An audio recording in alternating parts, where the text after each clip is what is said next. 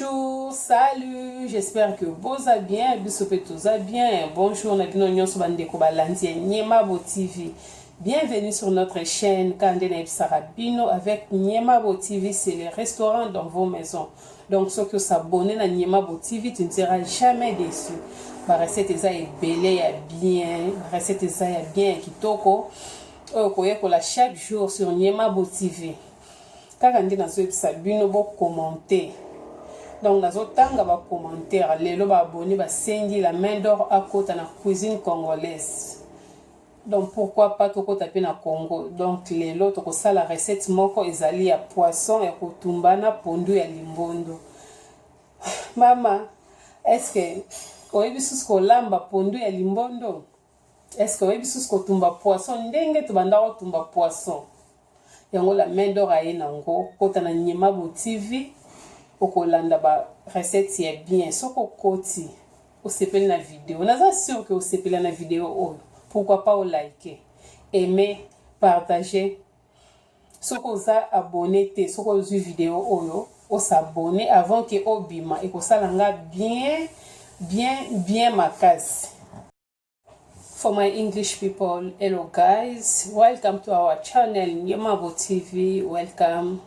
I just want to say I'm very sorry today. Please guys, can you allow me to speak in my language only, please, because this food I'm making today is a Congolese food.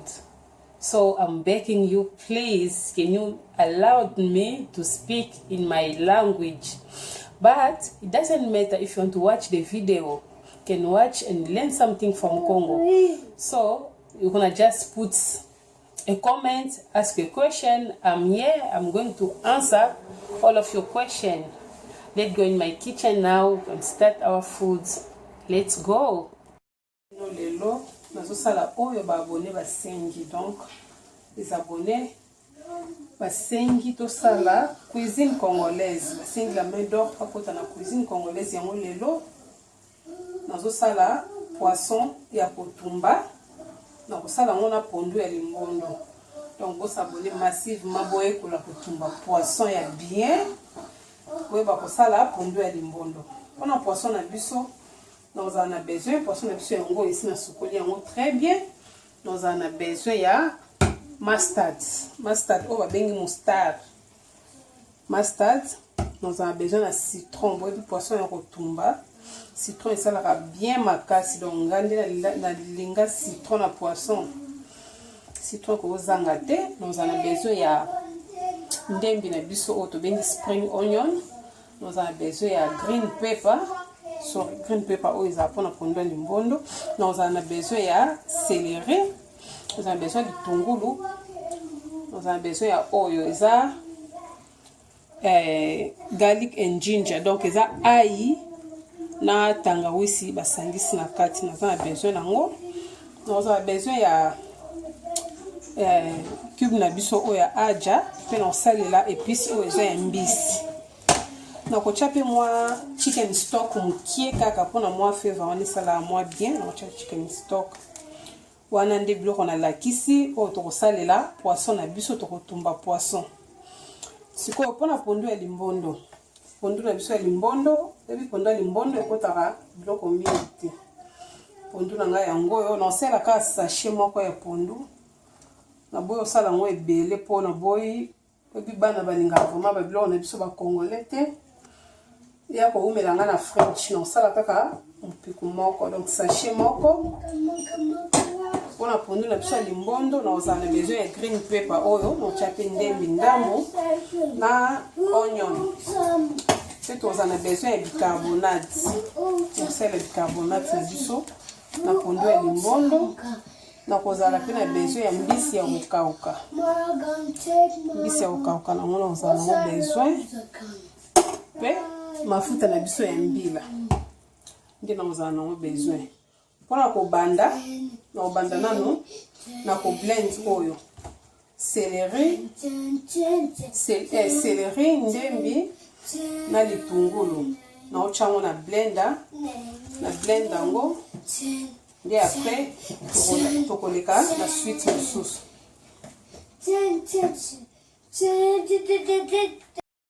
awa nde na miki céleri, ndembi, ail, tangawisi na sangisi yango nyonso enikami bien nde na yo bakisa oyo ezali onion ya poussière.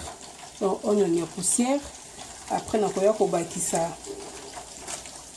onion oza onion ya poussière. Après na koya ko bakisa ail ya poussière lisusu donc nazotia katikati ya teaspoon po ezaka makasi pe na tie tangawisi ya poussière. Tangawisi ya poussière awa nde na kotia muscade po eza muscade donc ba épice on a bosana kolakisa ngo na introduction yango nazobakisa. Après nde na kotia poivre blanc oyo eza poivre blanc nasangisi nyonso. Après nde na komixe yango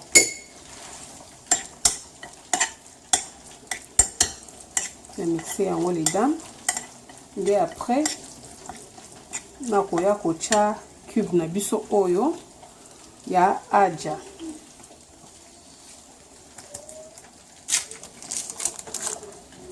cube na biso yango oyo. Donc soki olingi otumba faut sangisa épice biloko nyonso place moko po épice ezwa partout. oyo natie cube na biso yango natie épice na biso oyo nalobaki ya mbisi. Yes papa, I'm coming de go. Oyo épice na biso ya poisson, épice na biso ya poisson nde natie awa. Na continue na osangisa, continue na osangisa yango esangana très très bien. Après nde oyocha chicken stock,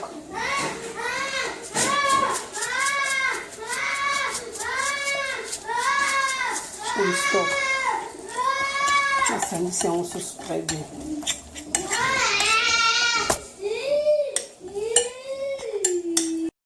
Voilà les dames, anasangisi biloko nyonso nde nayocha huile mokie. Oyebi so ozotumba poisson il faut otiaka mwa huile. Donc biloko nyonso nasangisi yango place moko. Otia mwa huile sangani yango oyo sangani très très bien. Nde nayo ozwa mustard naye natie ndambu na poisson mingi te.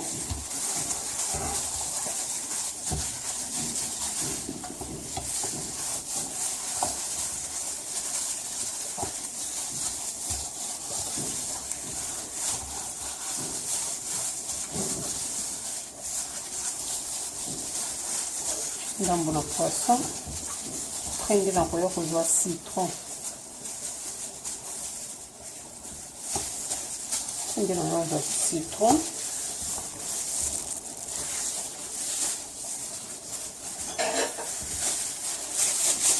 Kozwa citron. Nde nakokatela citron nanga. Citron namoni eza makasi mpona komisa yango mai juice wana ebima mbangu na otya citron nanga na microwave.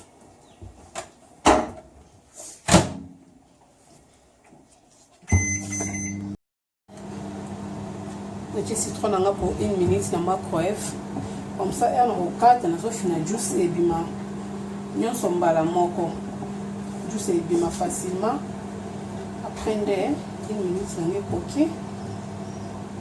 Almost 1 minute. Donc so citron eza makasi mpona kofina juice wana ebima. Okoki tiongo na microwave pour 1 minute ezala facile mbala moko ekobima. 1 minute nanga ekoki. Ya citron nanga yango efinani vraiment bien. Nde nakokata petit citron. Voilà, mon juice ebimi mbala moko na facilité.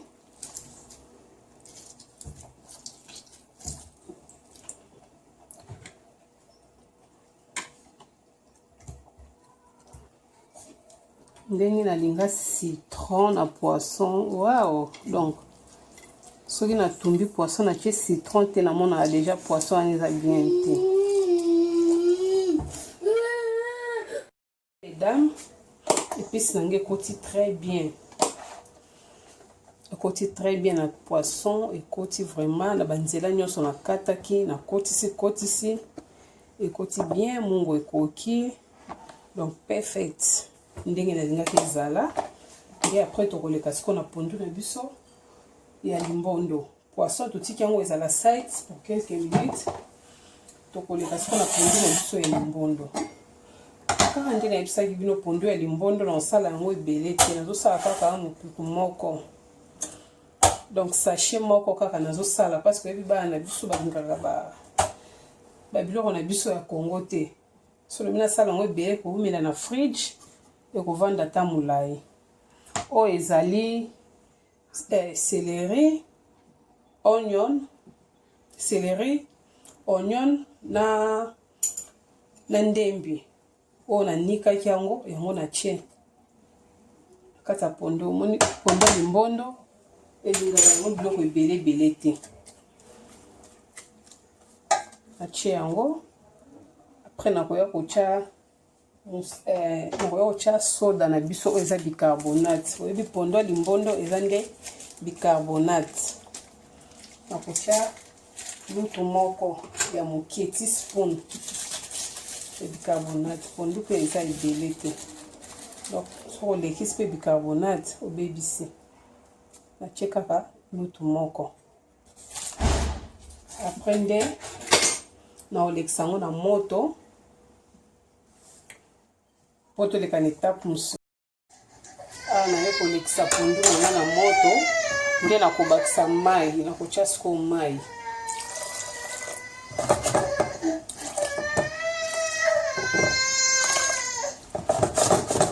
Tie mai na pondu na ngai nde nakoya kotia mungwa mokie. Ya natie mungwa na ngai après nakofinika yango. Donc pondu limbondo mafuta nango tokotia na se ntango pondu ekobela. Nasangisi kaka ndembi, céleri, natie poivron na litungulu. Natie yango pe mokie kaka mingi te po pondu limbondo ekotaka vraiment biloko ebele te. Nde nakofinika yango. Bobosana te natie bicarbonate pe. Nakofinika yango tozela pondu na biso. Et voilà les dames, awa siko lokola bana air moko bazaka posa kolia fufu bango na sala bango pomme de terre oyo na tia yango na se ya four. Awa nazotia poisson likolo na sala bango oyo pomme de terre oyo na ba veg et sala lokola sala roast veg. Sala bango roast veg na bango ezala na carotte. Kata carotte.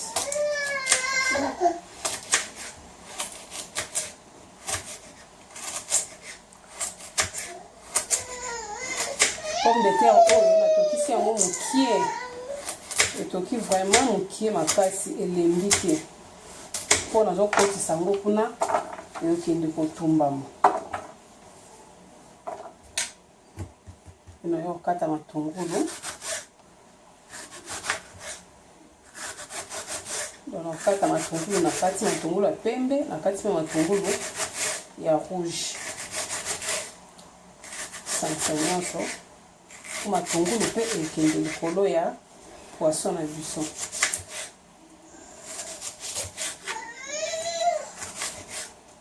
Mama, qu'est-ce qu'il y a? You're disturbing people here. What's up, baby? Yeah, nachi matungulu.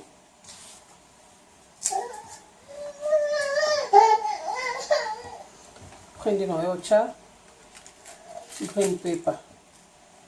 Green pepper nanga na longoli. Biloko nyonso akati.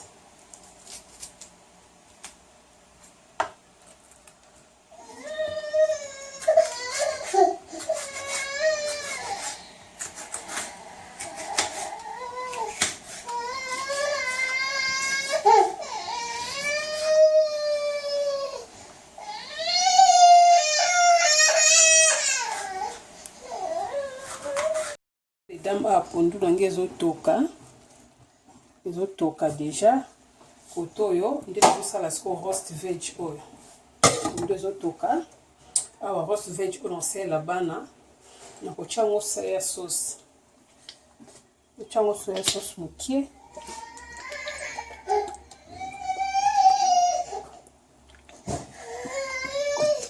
wana oya otia mungwa mokie na black pepper chango mwa mungwa na black pepper mokie po eza ebana so eza emokolo okotya na yo black pepper ebele me oyo natieka ya mokie po eza ebana apres nde nango yo otya huile ndambu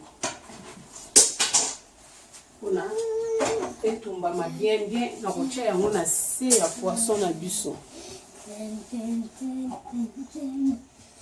atie huile mokie kaka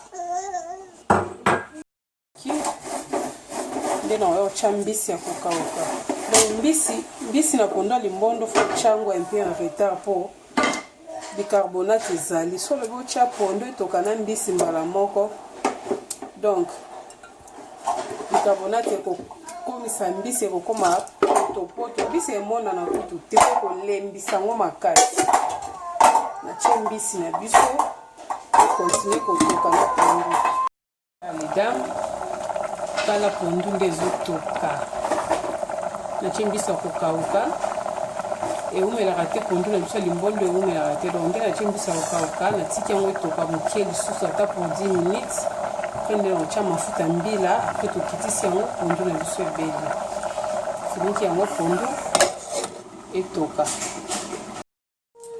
roast veg na ngai mpona bana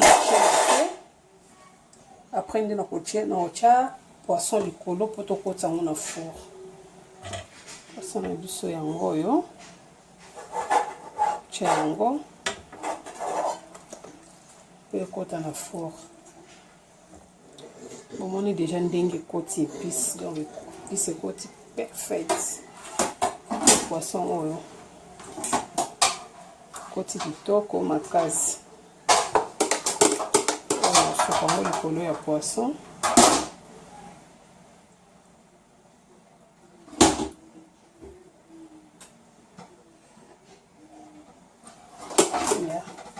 après nakokotisa yango na four na ngai moko naza na makala te nazotumba poisson na ngai na four ezokota kuna nakoprécise baminute te parce que edépendre na four ya motu na motu soki natia yango after 10 minutes naye natali after 20 minutes naye natali poisson mpe nde eza wana ebongaka moto makasi mbala moko te donc soki olingi otumba fo banda na moto ya se ozotumba ngo na moto ya se malembe apres nde ekokota komata na moto makasi les dames bomoni nde poisson ekoti épice nanu kutu ebeli te epesi déjà posa ya kolia donc bapoisson ya boye eza kaka na Nyemabo TV. Abonnez-vous massivement nayebi kokoaime chaîne oyo okoaime vidéo oyo donc kobosana te to aimer kobosana te so oza abonné te avant obima osabonne ekosala nga vraiment bien makasi tokotisa poisson na biso. Ok bébé awa pondu na biso ebeli mai ekiti boyebi pondu ya limbondo ebongaka mai ebele te après nakotya mafuta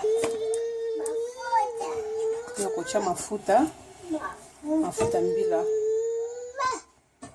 ya ok nakotya mafuta mbila na ngai nde nazotya mafuta mbila bo deja na kati réchaud parce que mafuta mbila totyaka soki pondu ebeli okitisi na se nde otye mafuta donc pondu na ngai ebeli tokoleka siko na kocheke sikoyo poisson na biso totala so ekomi na niveau et voilà poisson na biso ebimi na four roast veg na biso pe yango oyo nde na rostaki yango oyo ebimi na four nde na kotya décoration likolo ya poisson na biso ebimi very yummy On a d'autres choses à carottes. On a carottes, on a green pepper, puis on a red onion, na white onion. Pour la roast veg na biso pour ya bana. Bango loka balinga kolia semoule te. Nde bango bakolia. Bango loka balinga kolia semoule te. Bango préféré balia roast veg onde na sali. Pomme de terre, carottes, green pepper, na ba onion. Roast veg na biso yango yo. Et après on va ocha. On va ocha la poisson na awa.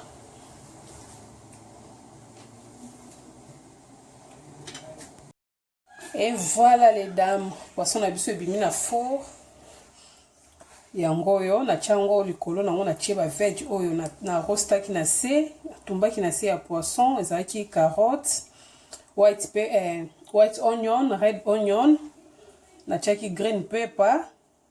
Ya pona bana na sali roast veg oyo na tie potato na bango na kati po bango na ba caprice na bango ya kolia semoule balinga te.